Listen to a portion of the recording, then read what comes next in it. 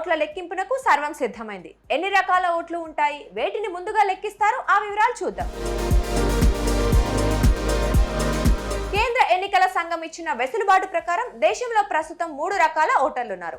సైన్యంలో పనిచేస్తున్న వారు సర్వీస్ ఓటర్లుగా తమ ఓటు హక్కును వినియోగించుకుంటారు. ఎన్నికల విధుల్లో పాల్గొన్న అధికారులు, భద్రతా సిబ్బంది పోస్టల్ బ్యాలెట్ ద్వారా ఓటు హక్కును వినియోగించుకుంటారు. ఇక సాధారణ పౌరులు ఈవీఎంల ద్వారా ఓటు వేస్తారు.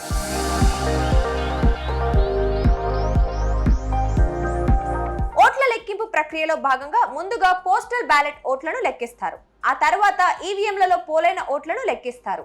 ఈవీఎంలలో పోలైన ఓట్లను లెక్కించే ముందు పార్టీ ఏజెంట్ల సమక్షంలో ఎంపిక చేసిన పోలింగ్ కేంద్రాలకు సంబంధించిన వీవీప్యాట్ స్లిప్లను కూడా లెక్కిస్తారు. ఎన్నికల విధుల్లో పాల్గొనే అధికారులు పోస్టల్ బ్యాలెట్ ను ఉపయోగిస్తారు. రిటర్నింగ్ అధికారులు ఉద్యోగులకు పోస్టల్ బ్యాలెట్లను పంపిణీ చేస్తారు. వాటిలో ఉన్న బ్యాలెట్ పై నచ్చిన అభ్యర్థిని ఎంచుకొని వివరాలను నమోదు చేసి ఎంపిక చేసిన కేంద్రాల్లో బ్యాలెట్ బాక్సుల్లో వేస్తారు. కొంతమంది అధికారులు ఆ బ్యాలెట్ ను తిరిగి రిటర్నింగ్ అధికారికి పోస్ట్ ద్వారా పంపిస్తారు.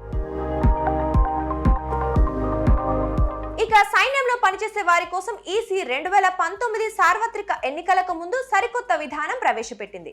ఎలక్ట్రానికల్లీ ట్రాన్స్మిటెడ్ పోస్టల్ బ్యాలెట్ విధానంలో ఓటు వేసేందుకు అవకాశం కల్పించింది.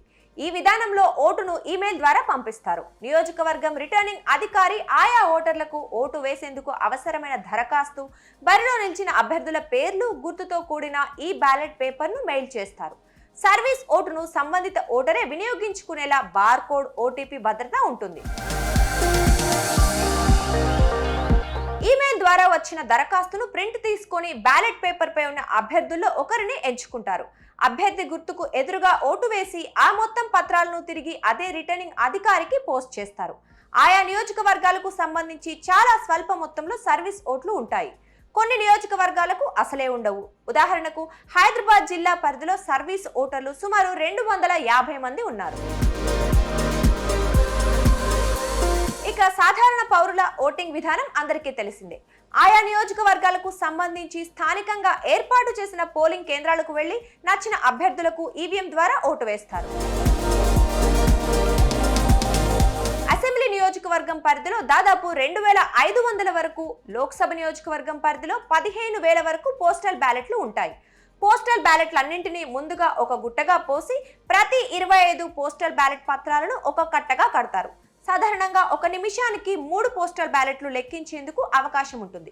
ఒక్కో కౌంటింగ్ టేబుల్ కు ఒక రౌండ్ కు గరిష్టంగా 20 కట్టలు అంటే 500 పోస్టల్ బ్యాలెట్లను లెక్కింపు కోసం కేటాయిస్తారు. పోస్టల్ బ్యాలెట్ ఓట్ల లెక్కింపు పూర్తయిన తర్వాత కంట్రోల్ యూనిట్లకు సంబంధించిన ఓట్ల లెక్కింపు ప్రారంభిస్తారు. కౌంటింగ్ కేంద్రంలో ఒక్కో నియోజకవర్గానికి సంబంధించి 14 టేబుళ్లను ఏర్పాటు చేస్తారు.